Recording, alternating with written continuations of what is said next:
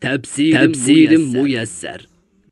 Ey Musa, men sana muşu nimetlerini ata qilib, mening dinimni yetkizishing, emir fermanlarimni o'rindishing uchun seni payg'ambarlikka tanladim. Ey Musa, sen va qarindishing Harun mening yegona iloh ekanligimga, cheksiz qudratimga va sizlarning haq payg'ambar ekanliginglarga dalolat qiladigan mo'jizalarimni elib beringlar. Meni yod etishda suslik qilmanglar. Sizlar Fir'avnning yeniga beringlar. Chunki u kufrda va zulmda to'limu haddidan eshib ketdi. Onunga yumshoq so'z qilinglar. Balki u aqlini tepishi yoki zulmning oqibatidan qo'rqishi mumkin. Musa va Harun: "Ey Rabbimiz, biz haqiqatan uning bizni qattiq jazolashidan yoki haqiqatni qabul qilishidan bosh tortib, texmu haddidan eshib ketishidan qo'rqimiz" deyishdi. Allah Musa bilan Harunga aytdi: "Sizlar Fir'avndan qo'rqmanglar, chunki men sizlar bilan billa. Gap so'zlaringlarni anglab turaman va qilgan ishinglarni ko'rib turaman. Sizlar uning yeniga berib, uningga biz ikkimiz haqiqatan Rabbingning elchisi bo'lamiz. Isroil avlodini qo'yib etgin. Ular biz bilan kessin. Ularni kuchi yetmaydigan ishlarga zo'rlab qiynamagin. Biz sana Rabbing tarafidan da'vatimizning haq ekanligiga va Allohning diniga ergashgan kishilarning azobdan saqlanib qoladiganligiga dalolat qiladigan mo'jiza erib keldik. Rabbing bizga shundoq vahiy qildiki, omonlik, hidoyatga ergashgan kishilarga Allohning azobi haq dinni inkor qilgan va uning da'vatini qabul qilishdan bosh tortgan kishilarga bo'ladi denglar. Fir'avn ularga inkar talaffuzida: "Ey Musa, sizlarning Rabbinglar kim?" dedi. Musa Fir'avnga: "Bizning Rabbimiz hamma narsaga yaratilishiga loyiq muayyan shakl ato qilgan, ondan har bir maxluqni o'zi uchun yaratilgan narsalardan foydalanishiga yetakligan zotdir" dedi.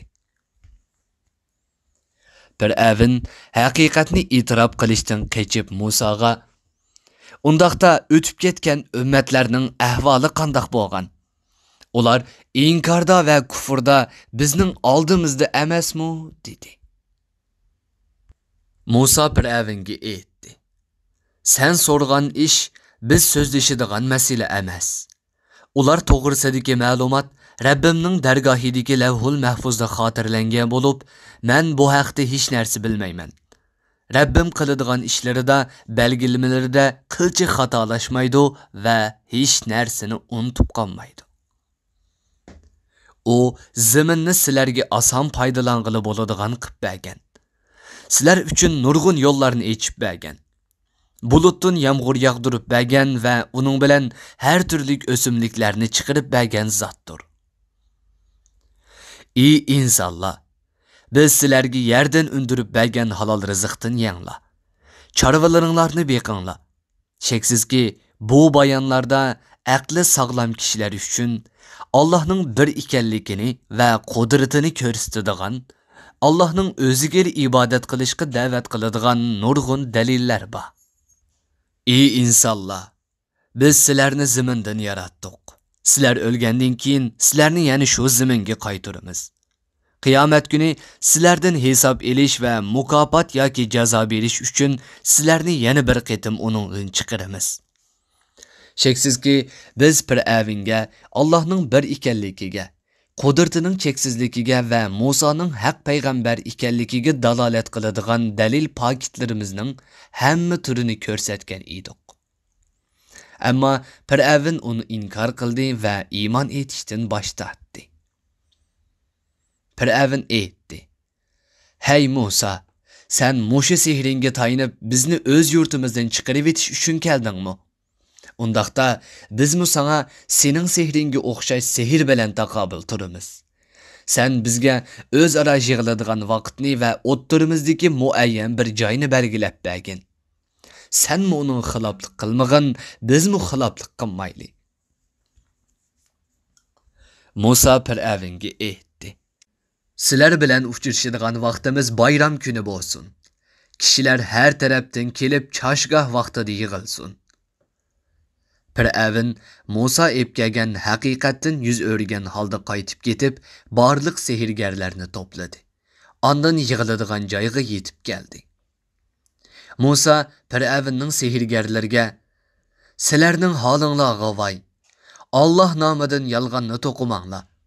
Agar shunda qilsanglar, Allah sizlarni qattiq azob bilan halok qilib etadi. Allah nomidan yolg'onni to'qigan odam cho'qim ziyon tortadi" dedi. Sehrgarlar Musa bilan Harunga qandoq taqobil turish haqida o'z orasida talash tortish qilishdi va yo'shirin maslahatlashdi. Ular aytdi: "Bu ikkisi rostilla sehrgar ekan. Ular sehr qilish orqali sizlarni yurtinglardan chiqarib etmoqchi va sizlarning katta kishilaringlarni yengib olmoqchi. Sizlar hiylanglarning hammasini jamlab, hamma birlikda bel bog'langlar. Ondan sab tatib kelinglar. Kishilarni hayron qoldirishinglar va Musa bilan Harunning sehrini yengib chiqishinglar uchun qo'linglardagi sehringlarni biroqli yerga aytinglar. Bugun ustunlik qozongan odam cho'qim murodiga yetadi." Sehrgarlar: "Ey Musa, Hasanni sen avval tashlamsan yoki biz qo'limizdagilarni avval tashlamdik" dedi. Musa ularga: "Sizlar avval tashlanglar" dedi. Ular arg'amchilarni va hosillarni tashlab edi. Ularning sehrning kuchlikidan Musaga o narsalar harakatlanib mengayotgandek ko'rindi. Musa birdinli o'zida qo'rqinch his qildi. Bu chaqda Alloh Musaga: "Hech narsadan qo'rqma. Sen ashu sehrgarlarni, Fir'avnni va uning odamlarini cho'qim yengib chiqsan. O'ng qo'lingdagi Hasanni yerga tashlag'in. Hasan ularning arg'amchilarini va hosillarini yutib etadi. Ularning sening oldingda ko'rsatgan narsasi faqatli sehrgarlarning hiylasidir. Sehrgarlar hech qanday yerda muvaffaqiyat qozonolmaydi" dedi. Musa hassini tashlab edi. Uning hassi sehrgarlarning ko'rsatgan narsalarini yutib ketdi. Shuning bilan haqiqat o'ttirg'i chiqdi. Sehrgarlar yengildi. Sehrgarlar darhol sajda qilib, Harun bilan Musaning Rabbiga iymon etdik. Agar Musaning ko'rsatganlari sehr bo'lsa, biz yengilmaydik deyishdi.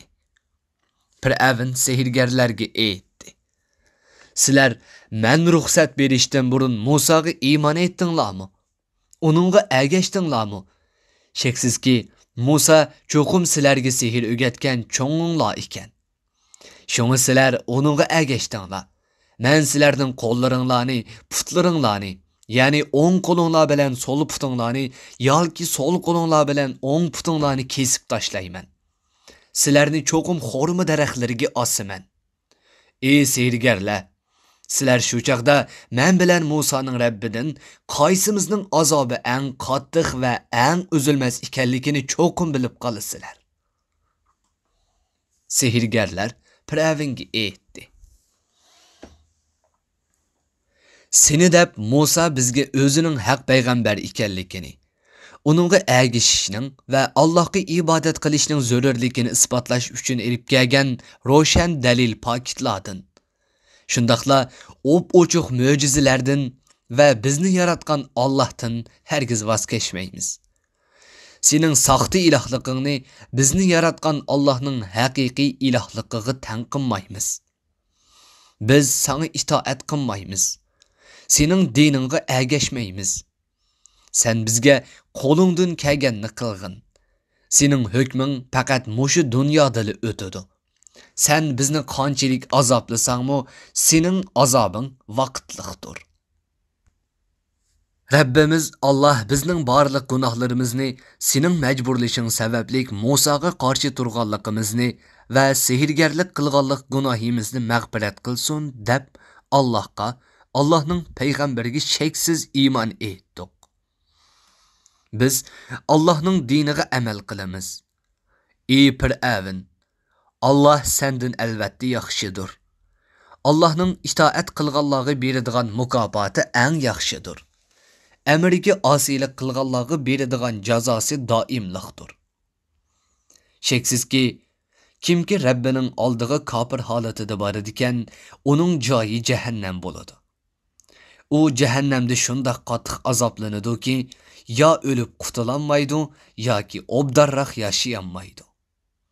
Sheksizki, kimki Rabbining oldiga yaxshi amallarni qilgan bir mu'min holatida bo'lsa, u mangulik turadigan jannatlarda eng yuqori martabalarga erishadi. U turadigan jannatning qasrlari va dal daraxtlarining ostidan o'stanglar eqib turdi. Jannat ahli jannatlarda mangu turdi. Bu mangulik ne'matlar o'zini mushriklikdan, gunoh ma'siyatdan saqlab pok tutgan. Allohga ibodat va itoat qilgan. Allohning buyurganlarini o'rindigan, to'sqanlardan yiroq turgan, Rabbining huzuriga ibodatda hech kimni shirk keltirmagan holda borgan kishilarga Alloh tarafidan berilgan mukofotdir. Sheksizki, biz Musoga İsroil avlodidan iborat ezilgan bandalarimni Misrdan kechilab elib chiqib ketgin. Hasonni dengizga urib, ularga dengizdan quruq yo'l echib bergin. Fir'avn qo'shinlarining sizlarga yetib elishidan va dengizga g'arq bo'lib ketishidan qo'rqmag'in deb vahiy qildik. Musa qavmini elib kechilab Misrdan chiqib, dengizdan o'tib ketayotgan paytda Fir'avn va uning lashkarlari ularni qo'g'lab kelib dengizga tushdi. Dengiz suyi ularni butunlay o'rib elib g'arq qilibdi. Musa va uning qavmi qutulib qoldi. Fir'avn o'z qavmiga kofirlikni va haqni inkor qilishni yo'lliq ko'rsatib ozdiribdi. Ularni to'g'ri yo'lga boshlamadi. Ey Isroil avlodi, sizlarni dushmaninglar bo'lgan Fir'avndan qutqizganligimizni eski elinglar. O'z vaqtida sizlarga Tavratni berish uchun Turtig'ining o'ng tarafida uchirishni va'da qilgan edik. Sizlar Sino cho'lida ezib ketganda sizlarga taranjibin bilan budunni tushirib bergan edik. Ularga aytdikki, biz ato qilgan pok va halol rizqdan yenglar. Bir-biringlarning rizqini yavilib zulm qilishmanglar. Halol harom masalasida chekdan oshmanglar. Agar unda qilsanglar, sizlarga mening g'azabim tushadi. Mening g'azabim kimga tushsa, u odam cho'qim halok bo'lmay qolmaydi. Sheksizki, men gunohiga tavba qilgan, menga iymon etib yaxshi amallarni qilgan, ondan to'g'ri yo'lda mangan va u yo'lda mustahkam turgan odamning gunohlarini albatta mag'firat qilguvchiman. Musoga dedikki, ey Musa, Tur tig'iga qavmingdan ilgari oldirab kelishingning sababi nima? Musa aytdi, ularmu keynimdan kelyotidi. Ey Rabbim, seni mendan bekrak rozi bo'lsin deb bu yerga oldirab keldim. Allah Musaga, sen qavmingdan ayrilgandan keyin biz ularni mo'zay bilan sinadik. Ular mo'zayga cho'qindi. Aslida ularni Samiri ozdirdi dedi. Musa bunu anlab, qavmining yiniga g'azablangan va afsuslangan holda qaytib kelib, ularga, ey qavmim, sizlarga Rabbinglar Tavratni ato qilish haqida chiroyli va'da qilmaganmidi? Oradan shunchalik ko'p vaqt o'tib ketdimi? Yoki sizlar o'zinglarga Rabbinglarning g'azabi tushadigan ishni qilmoqchi bo'lib, shunga menga bergan va'danglarga xiloflik qildinglarmi? Mening amrimga osiylik qilib mo'zayga cho'qindinglarmi? dedi. Ular, ey Musa, biz sana bergan va'dimizga o'z ixtiyorimiz bilan xiloflik qilmadik. Lekin biz Fir'avn qavmining zinnat bo'yumlaridan nurg'un narsalarni elib chiqqan edik. Samirining buyrug'i bo'yicha u narsalarni o'tqa tashladik.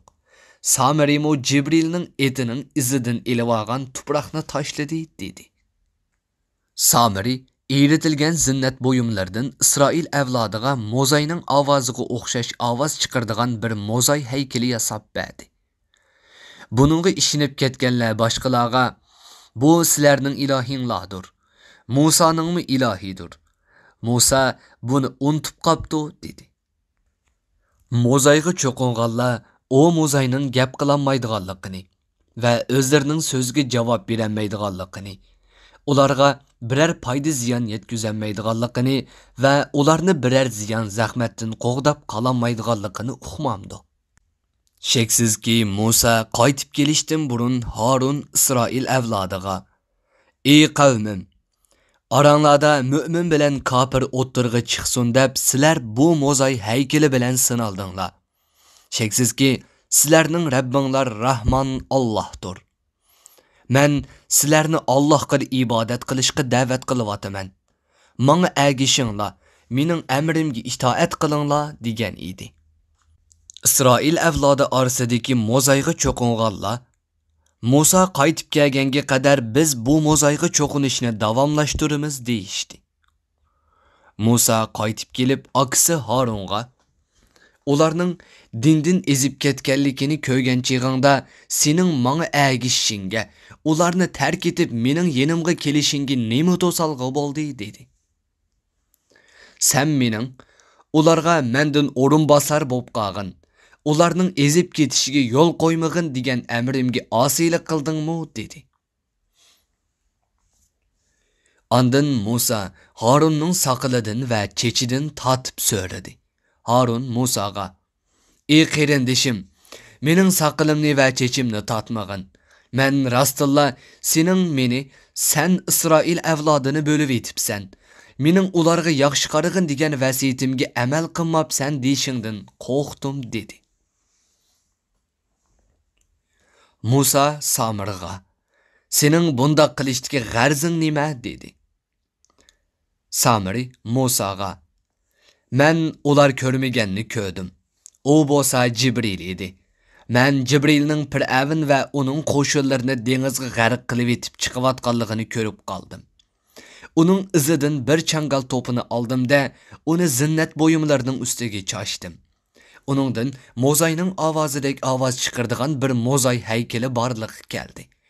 Nafsim menga mushundaq qilishni chiroyli ko'rsatdi" dedi.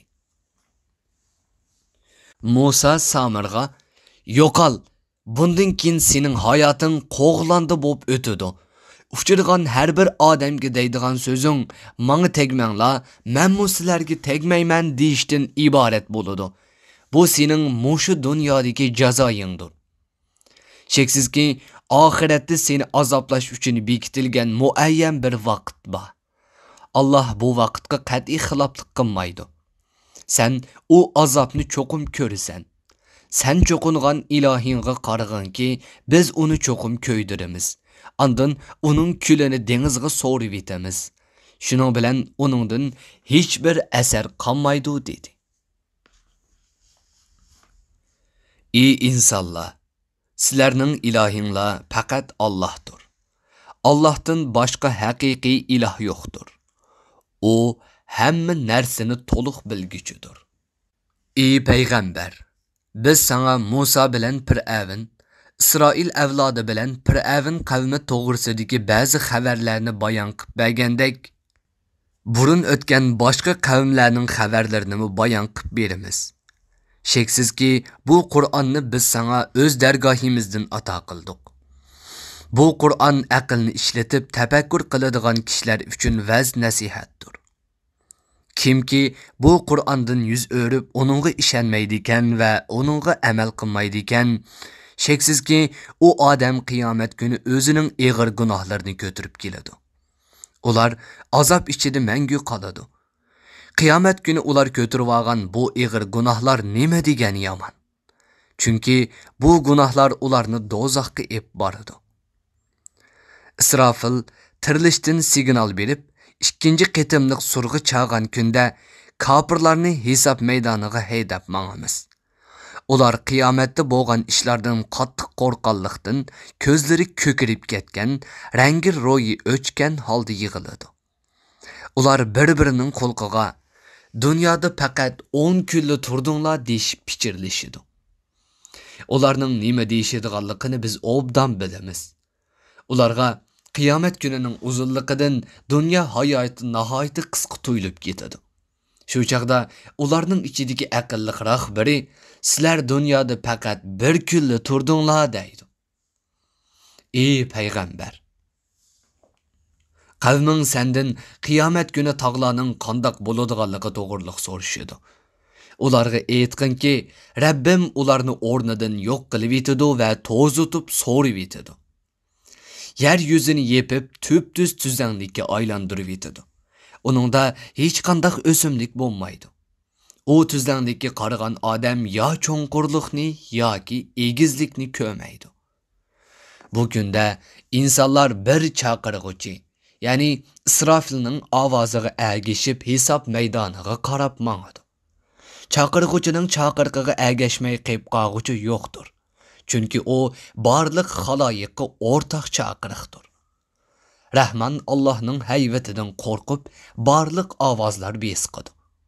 O chaqda pichirlishdan boshqa hech qandaq ovozni anglamaysan. Bu kunda hech qandaq odamning shafoati foyda bermaydi.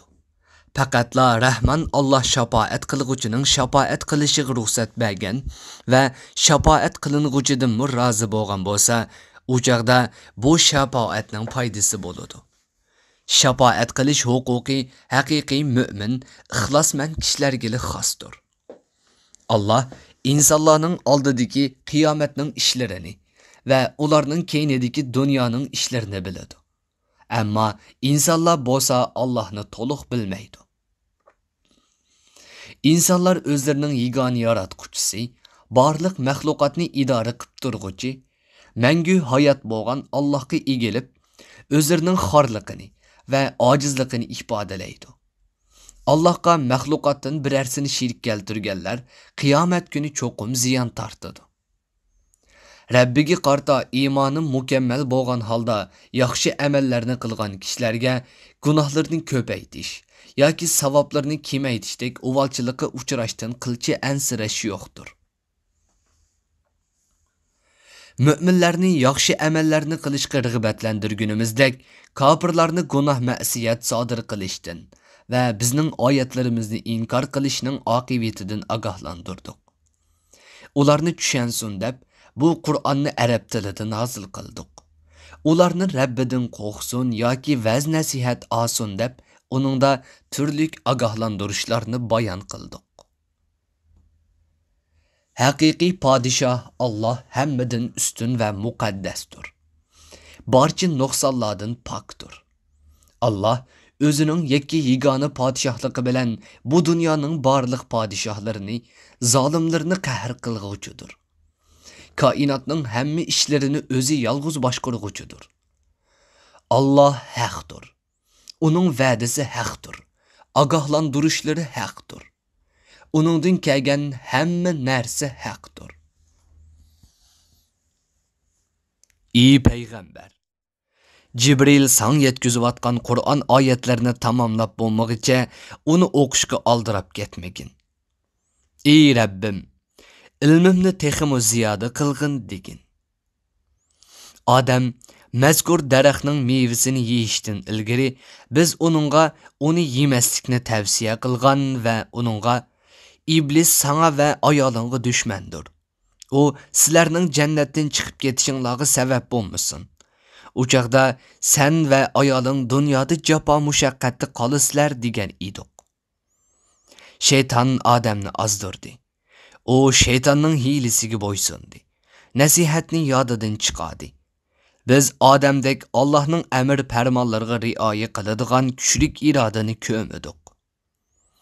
Ey payg'ambar, shuni aslaginki o'z vaqtida biz farishtalarga odamga hurmat va izzat sajdasi qilinglar degan edik. Ular amrimizga itoat qilib sajda qildi.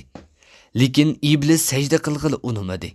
Biz dedik: "Ey odam, iblis sana va ayolingga dushmandir. Uningdan hazar aylanglar.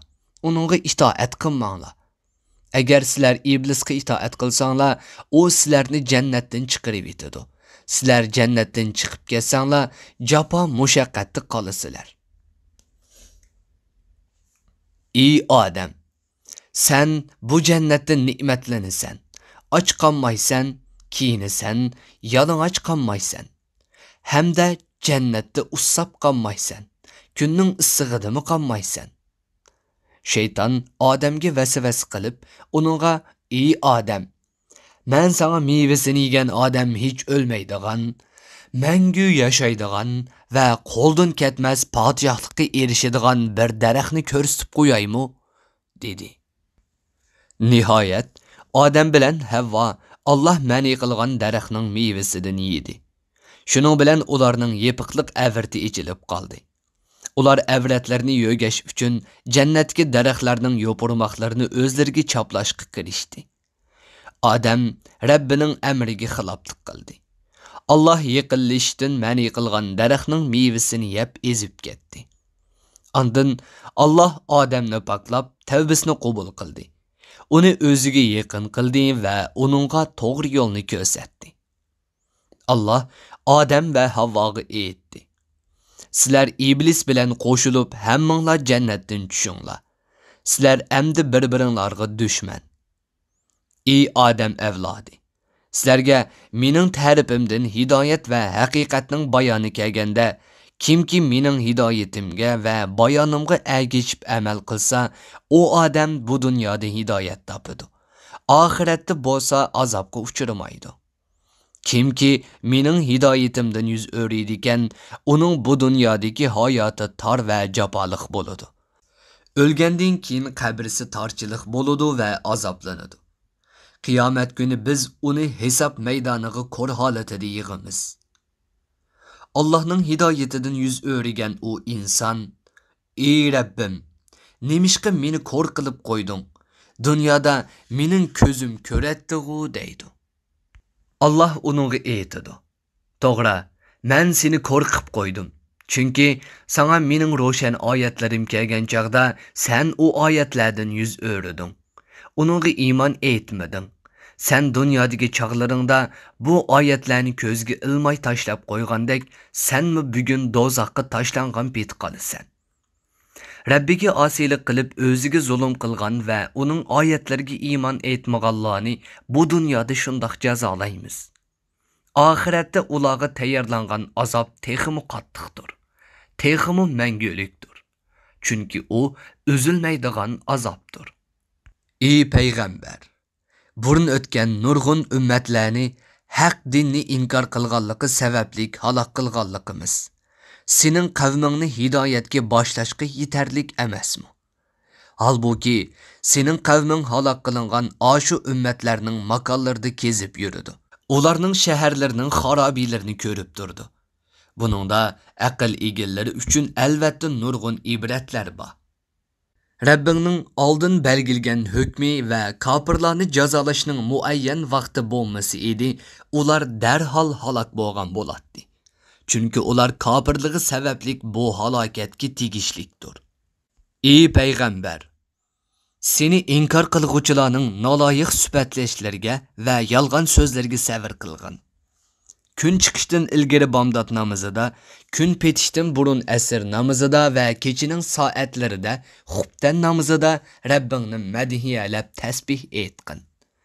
Kunduzning dastlabki ham oxirgi vaqtlarda, peshin va sham namozlarida Rabbingni madhiyalab tasbih etqin. Bu mushu yaxshi amallar bilan sen rozi bo'lg'idek mukofotga erishishing uchundir. Biz ashu mushriklarni va ularga o'xshash kofirlarni bahramand qilgan turli ne'matlarga ko'z solmag'in. Chunki u ne'matlar dunyo hayotining o'tkinchi zinnatlaridir. Biz bu ne'matlarni ularni sinash uchun ato qildik.